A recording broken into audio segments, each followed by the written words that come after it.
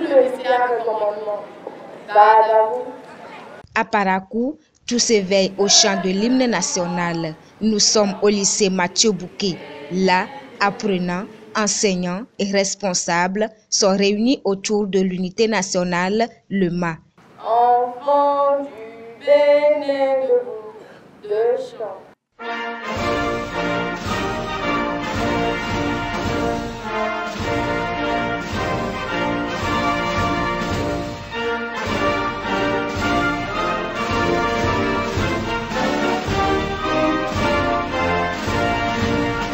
Tout comme eux, dans les institutions publiques comme privées, au début de chaque semaine, ils sont nombreux à se prêter à cet exercice de rappel de conscience. C'est très bien indiqué le lundi, parce que c'est le début de la semaine. Donc, on nous rappelle encore le refrain de notre hymne national, ce lundi-là. C'est le début. Et pour dire, rappelez-vous de ce qu'on a fait durant la semaine, réconciliez-vous. C'est pour ça qu'on fait. Normalement, on doit faire aussi le vendredi soir.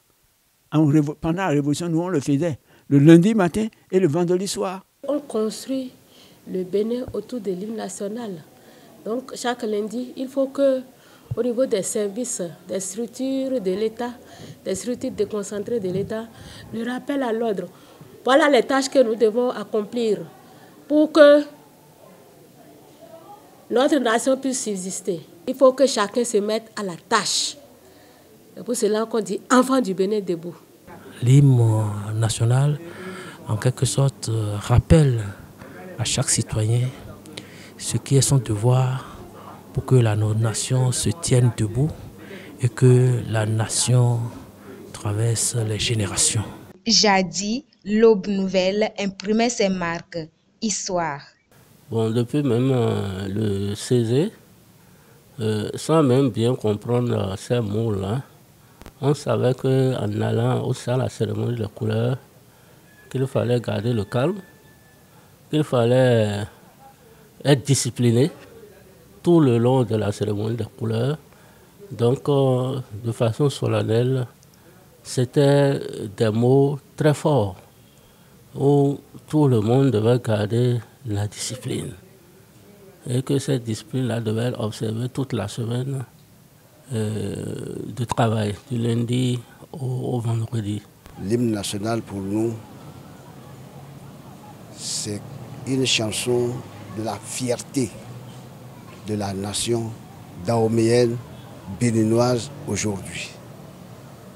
Parce que en ce temps-là, il n'y a pas une école, il n'y a pas une caserne où on sera en train de chanter, que ce soit par la fanfare ou à la bouche. Tout passant doit s'arrêter pour respecter le drapeau national. Ce n'est pas l'hymne national que le Bénin s'identifie parmi tous les États du monde entier. C'est un hymne national. Chaque pays a son hymne national. Mais pour le Bénin, c'est ça son identité, c'est ça qui le détermine, c'est ça qui le différencie des autres. Le côté fabuleux, c'est d'abord le refrain lui-même.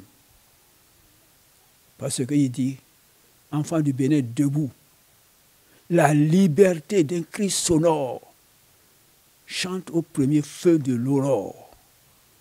Donc, ce refrain nous dit que si nous voulons être nous-mêmes, il faut qu'on se lève tôt.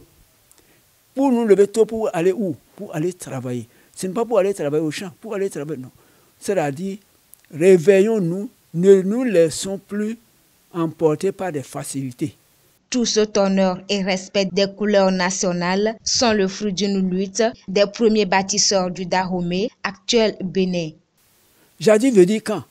Depuis longtemps, depuis le temps les plus immémoriaux, nos ancêtres luttaient pour vivre en paix chez eux, vivre de leur état, vivre de leur pays, vivre de leurs biens. Et pour cela, ces aïeux, qu'est-ce qu'ils ont fait? Au prix du sang, ils se sont donné le courage d'affronter tout. Quand partout souffle un vent de colère et de haine, C'est-à-dire, quand même les ennemis vont se réveiller contre nous, toi, Béninois, il faut être fier. Et ta fierté, tu vas la démontrer où?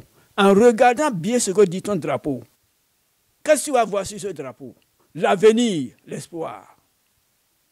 Ce que tu vas voir sur le drapeau, le sang que tes aïeux ont coulé pour sauvegarder, pour que tu mérites ton état, que ton état soit à toi.